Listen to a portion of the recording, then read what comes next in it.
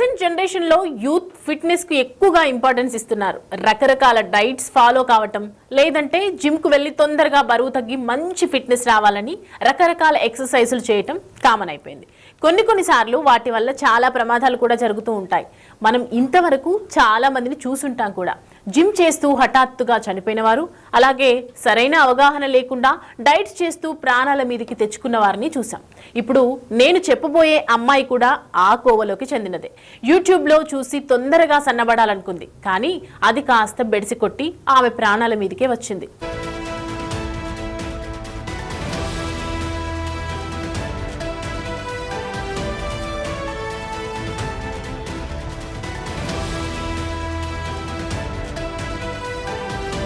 కేరళలోని కన్నూరుకి చెందిన 18 ఏళ్ల శ్రీనంద అనే అమ్మాయి బరువు తగ్గాలనుకుంది. దానికోసం యూట్యూబ్లో డైట్ వీడియోలు చూసింది.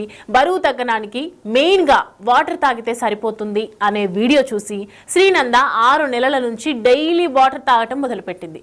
వాటర్ తప్ప ఇంకా ఏమీ తినడం లేదు, కానీ తాగడం కానీ ఏమీ చేయలేదు. అలా ఏమీ తినకుండా నీరు మాత్రమే తాగి ఉండేసరికి ఆమె ఆకలితో అలమటించి తీవ్రమైన అనారోగ్యానికి గురైంది.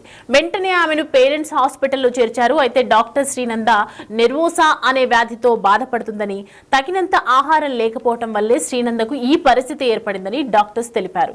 ఈ వ్యాధికి సరైన మందులు కూడా లేవని డాక్టర్స్ తెలిపారు. శ్రీనంద ప్రాణాలతో పోరాడుతూ చివరకు మరణించింది.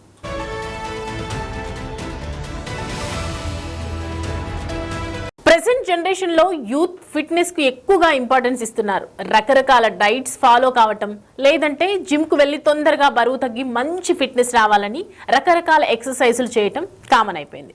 కొన్నిసార్లు వాటి వల్ల చాలా ప్రమాదాలు కూడా జరుగుతూ ఉంటాయి. మనం ఇంతవరకు చాలా మందిని చూసుంటాం కూడా.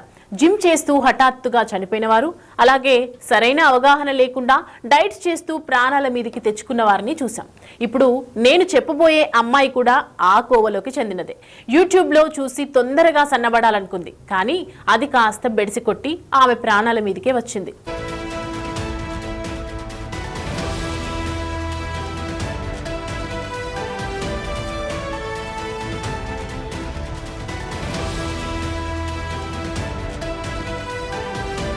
కేరళలోని కన్నూరుకి చెందిన 18 ఏళ్ల శ్రీనంద అనే అమ్మాయి బరువు తగ్గాలనుకుంది. దానికోసం యూట్యూబ్లో డైట్ వీడియోలు చూసింది.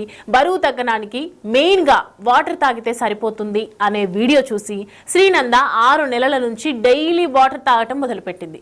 వాటర్ తప్ప ఇంకా ఏమీ తినడం లేదు, కానీ తాగడం కానీ ఏమీ చేయలేదు. అలా ఏమీ తినకుండా నీరు మాత్రమే తాగి ఉండేసరికి ఆమె ఆకలితో అలమటించి తీవ్రమైన అనారోగ్యానికి గురైంది. వెంటనే ఆమెను పేరెంట్స్ హాస్పిటల్లో చేర్చారు. అయితే డాక్టర్ శ్రీనంద నెర్వోసా అనే వ్యాధితో బాధపడుతుందని, తగినంత ఆహారం లేకపోవటం వల్లే శ్రీనందకు ఈ పరిస్థితి ఏర్పడిందని డాక్టర్స్ తెలిపారు. ఈ వ్యాధికి సరైన మందులు కూడా లేవని డాక్టర్స్ తెలిపారు. శ్రీనంద ప్రాణాలతో పోరాడుతూ చివరకు మరణించింది.